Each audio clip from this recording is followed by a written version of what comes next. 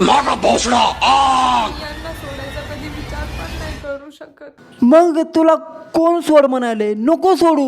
कधीच नाही करू शकत मी यांना सोडायचा विचार. काय झालंय बाई तुला? का रडतेस तू? आणि मला माहितीये का ते माझ्यासाठी प्रत्येक वेळेस चांगले, त्यांनी माझ्यासाठी खूप काही केलेले. हो ते सगळं खरं आहे, पण काय झालंय हे तरी सांग. पण त्यांनी जेवढं माझ्यासाठी केलं तेवढं मी पण त्यांच्यासाठी केलेलं आहे. मग विषय संपला ना, हिशोब बरोबर. मला एवढंच या व्हिडिओ सांगायचंय, त्यांनी जर कधी हा व्हिडिओ बघितला तर मी तुम्हाला सांगते खरंच सॉरी, मी हा व्हिडिओ पोस्ट करते. सॉरी तू तुझ्या त्यांना नकोस म्हणू, तुझ्या फॉलोअर्सला म्हण, कारण तुझे असले व्हिडिओज बघून त्यांना जुलाब लागायला लागला. ओम शांती.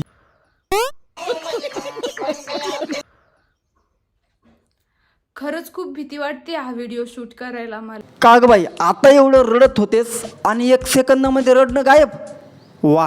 हिपोक्रेसी की भी सीमा होती है. तर नमस्कार मंडळी, प्रणिपात माझ्या आत्मनिर्भर मित्रांनो, जे महाराष्ट्र बऱ्याच दिवसाच्या विश्रांतीनंतर पुनश्च एकदा व्हिडिओमध्ये मनापासून स्वागत करतो. अरे काय काय काय लावलंय काय तू? आय नो मी व्हिडिओ रेग्युलर टाकत नाही, बट आय प्रॉमिस यू इथून पुढे आपले व्हिडिओ रेग्युलर येतील, विश्वास ठेवा माझ्यावर.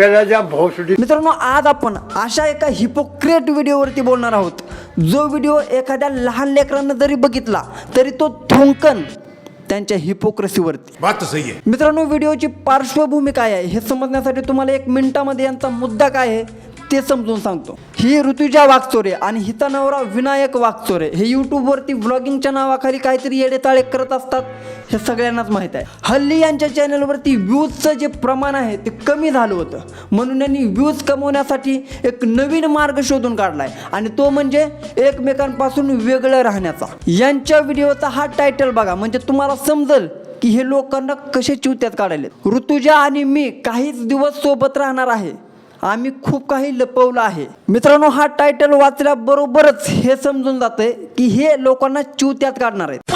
अरे ज्यांनी तुम्हाला मोठं केलंय, ज्या वडीसनं तुम्हाला सपोर्ट केलाय, त्यांना तरी चिवत्यात काढू नका. थोडेफार दिवस आमची जे काही आहे एकदम मस्त सुखाची जगणार आहे आम्ही.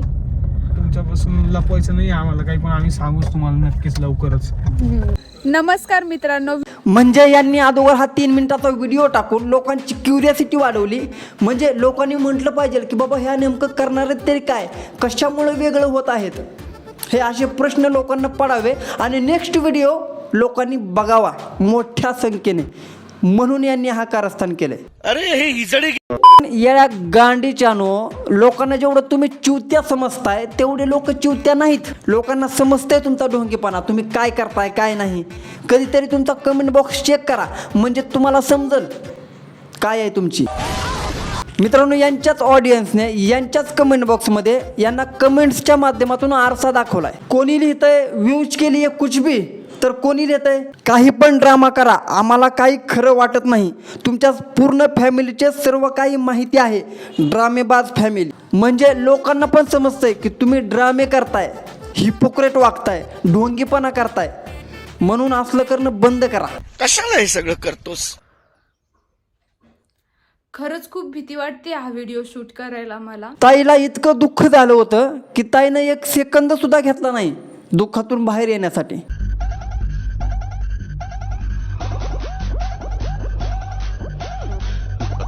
नाही जनाची तर मनाची तर खरी. म्हणजे तुम्हाला मी थोडंसं एक्झाम्पल करूनच दाखवतो म्हणजे ताईचं दुःख कसं आणि किती होतं. मला हे सांगताना खूप दुःख होतंय की आम्ही आता एकत्र झोपू शकणार नाही, पण मी हे सांगितलंय तुम्हाला. आणि मला हा व्हिडिओ शूट पण नव्हता करायचा. हां ताईला हा व्हिडिओ शूट करायचा नव्हता, पण ताईच्या नंतर लक्षात आलं की बाबा व्हिडिओ जर शूट केला नाही तर पैसे कसे येणार, म्हणून ताईने हा व्हिडिओ शूट केलाय. कधी मला म्हणजे बोलतात ना एक नाही बाई सावकाश सावकाश बोल, काही घाई गडबड नाही, आम्ही एकदम निवांत आहे, निवांत बघतोय तुला, काही गडबडीत बोल नकोस, नाहीतर गडबडीत बोलायला जाशील आणि तुला अटॅक येईल. बाकी काय नाही, तुझा व्हिडिओ राहिला अर्धा म्हणून म्हटलं.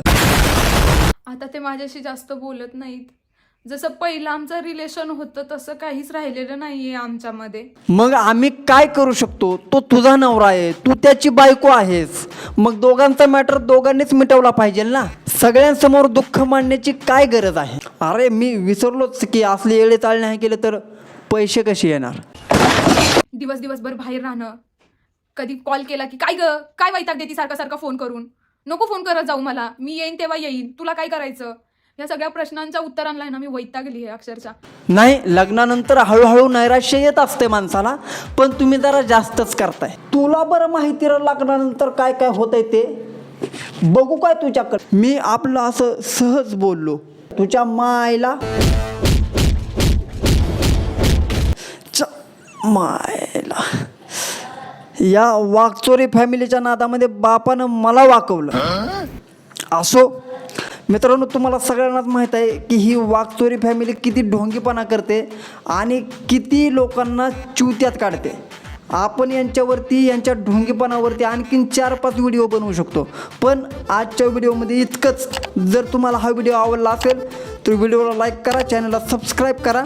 आणि हां, जर तुम्हाला यांच्यावरती आणखीन एखादा व्हिडिओ पाहिजे असेल तर कमेंट बॉक्समध्ये मला सांगा, नेक्स्ट व्हिडिओ यांच्यावरती येईल. आपण भेटू लवकरच पुढच्या व्हिडिओमध्ये. तोपर्यंत राम राम. असं गाणं म्हणू नको पुन्हा पुन्हा तुझ्या नाकाला